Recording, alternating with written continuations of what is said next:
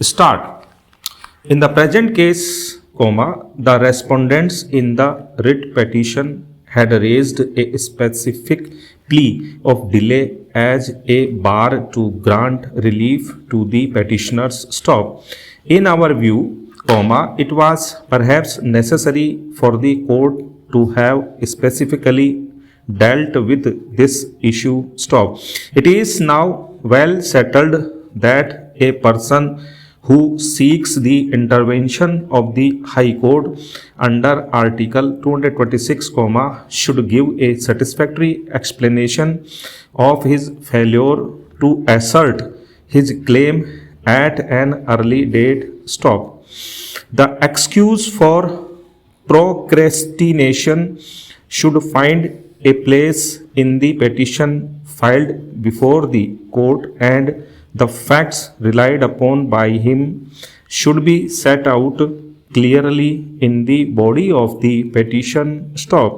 An excuse that he was agitating his claims before authorities by making repeated representations would not be satisfactory explanation for condoning the inordinate delay in approaching the court. If a litigant runs after a remedy not provided in the statute, it cannot be a satisfactory explanation for condoning the delay in approaching the court. On this issue, we have heard the learned counsel for the parties in great detail, since the immovable property rights of the parties are involved. In our considered view, there is no explanation, much less satisfactory explanation offered by the respondents in approaching the writ court after an inordinate delay of nearly 15 years from the date of the notification issued under the Evacuee Property Act.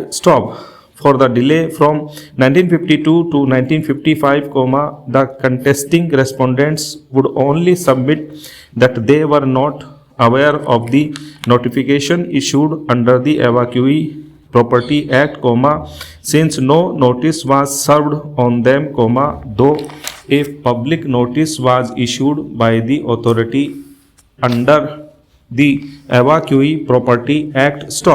While explaining the delay of nearly 11 years from 1955 to 1966, they contend that they were in possession of the property and they were making representations before the authorities under the Evacuee Property Act for redressal of their grievance.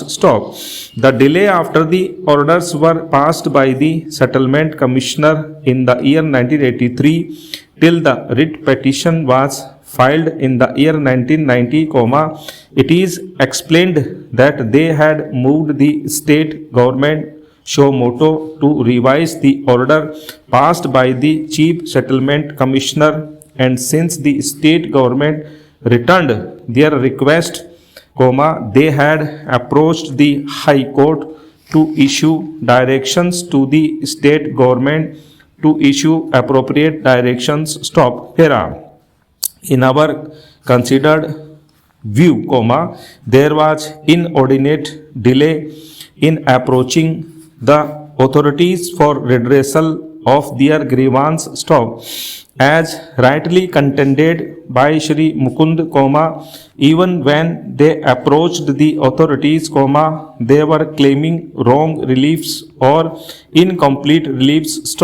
Even when they filed the writ petition in the year 1990, they did not choose to question the correctness of the notification, but was questioned by way of filing an amendment application in the year 1998. There is some merit in the submission made by learned counsel for the contesting respondents that the petitioners had not even offered any satisfactory explanation in approaching the court nearly after 3 decades from the date of notification issued under the Evacuee Property Act.